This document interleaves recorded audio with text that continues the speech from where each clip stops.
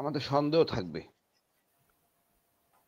মনে রাখতে হবে এই থার্ড টার্মিনালটাকে কিন্তু কার্গো সেকশনটা দেওয়ার কথা অন্য একটা গ্রুপকে, যা নিয়ে অসন্তোষ দীর্ঘমেয়াদী একটা সমস্যা ছিল। আমাদের শ্রমিকরা বা আমাদের যারা নিছেন এই বর্তমান যে কার্গোটা, ওনারা চাচ্ছেন ওনারাই চালাবেন যতটুকু আমি জানি। একই হুম সমস্যা কিন্তু চিটাগাং পোর্টও আছে। তো তারা চাইবে না অন্য কোনো দল এসে সুন্দরভাবে করুক। আর তাদের নেতিবাচক জিনিসটা প্রকাশ পাক।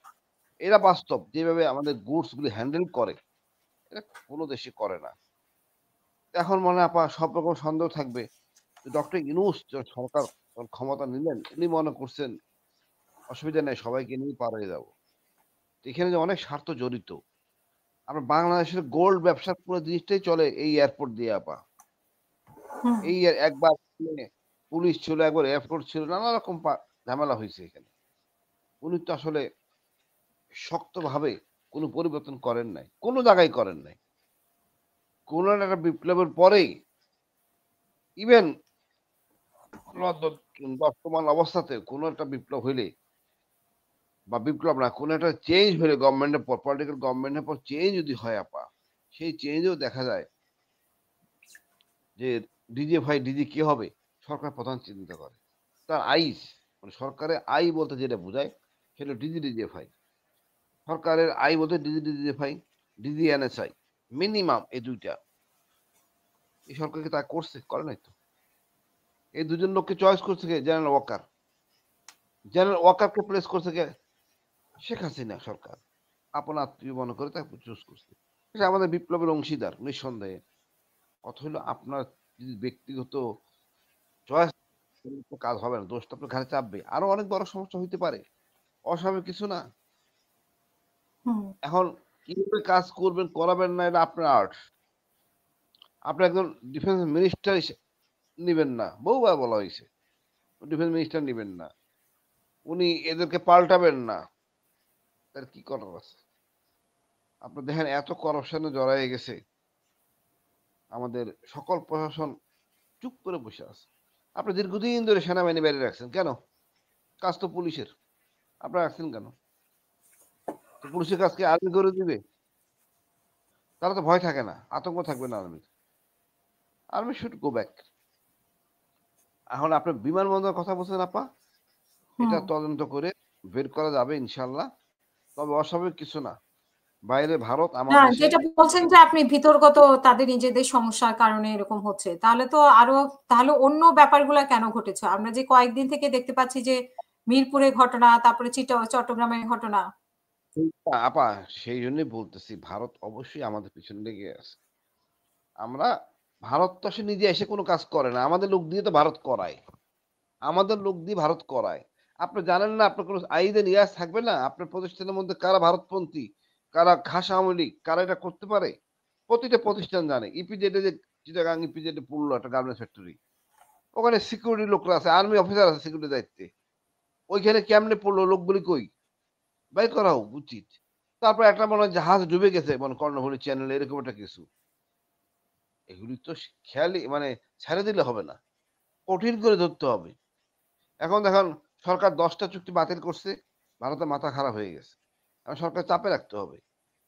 এগুলি ভারত করলে জনগণ আরো এন্টি ইন্ডিয়ান হবে। ভারতের সেই প্রেসক্রিপশন এখন চলবে না। সরকার এমনি তো ইউনিসেফ তো এমনি নির্বাচন দিয়ে ক্ষমতা ত্যাগ করতে রাজি। এখানে এগুলি করলে কোনো লাভ হবে না, যতটা চুক্তি করতে সবগুলি বাতিল হবে চিরতরে। আমার মনে হয় আপা আমাদের চোখ কান খোলা উচিত। এই ধরনের কাজগুলো ধরতে গেলে আমাদেরকে বলতে হবে, পুরস্কার দেওয়া হবে।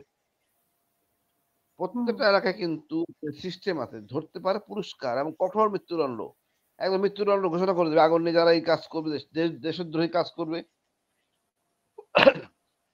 কঠোর দণ্ড আপনি আরোপ করেন। না হলে লোক কিন্তু ভয় করবে না। আপনি কোনো কিছুই পরিবর্তন করেন নাই, অর্ডার জারি করেন যে এই কাজ করলে নিরাপত্তা মানে নিরাপত্তা ওয়ান মনে হয় এক, ইপিজেড গুলি কিন্তু ছবি তোলাও নিষেধ।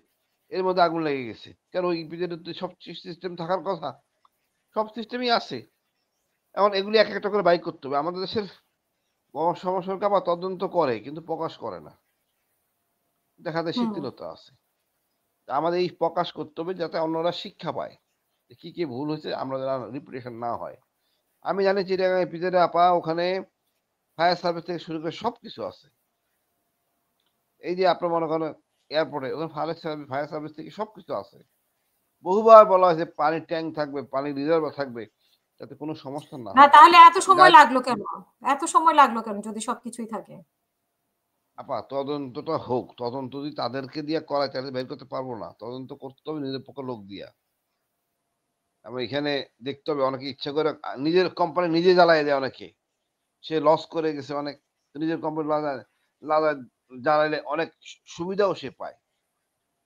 বাঙালি বহুত প্যাটার্নের ক্যারেক্টারের বাঙালি।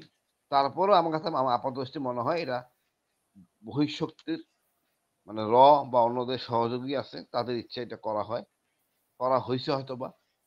তো আমরা জনগণকে বলবো ঐক্যবদ্ধ থাকতে। দেশ সবার। এখানে দেশ আওয়ামী লীগ, বিএনপি নিয়ে ভাগাভাগি করার কোনো স্কোপ নাই। দেশ আমাদের সবার। প্রতিটা আইটেম আমাদের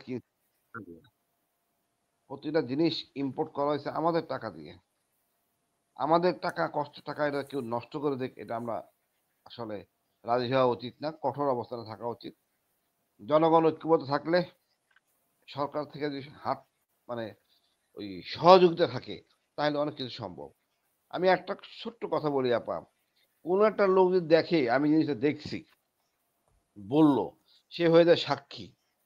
এরপর যে হুম। কি প্যারা দেয় সাক্ষীর উপরে, এরপর ওই শক্তি দিয়ে সাক্ষীর উপরে যে প্যারাটা দেয়, এটা কি কষ্ট? বা আমাদের আদালত এমন একটা মানে উচ্ছৃঙ্খল আদালত আমি বলবো যে ওই সাক্ষীকে এয়ারপোর্ট থেকে নিয়ে যেতে হবে পুরান ঢাকায় সাক্ষীর জন্য। ছুটিও দিতে পারবে না। তো ওই সিস্টেম পুরোটা পরিবর্তন। নাহলে আপনি কিভাবে আমার মামলা আমি সাক্ষী দেখে রাখতে হয় আমার। হাই সাক্ষীর জন্য পলায় না যায়। সবার পক্ষে কি সম্ভব? সম্ভব না। তো আমাদের বিচার ব্যবস্থায় অনেক সমস্যা আছে আপা। সকল কিছুই পরিষ্কার করা উচিত ছিল। এই আমরা আশা ছিল, আশাবাদ ছিলাম। আসলে হয় নাই। এই জুলাই সনদে ওটা আমরা পূর্ণ পূর্ণতা পাই নাই। আমরা হতাশ তারপরও আশাবাদী।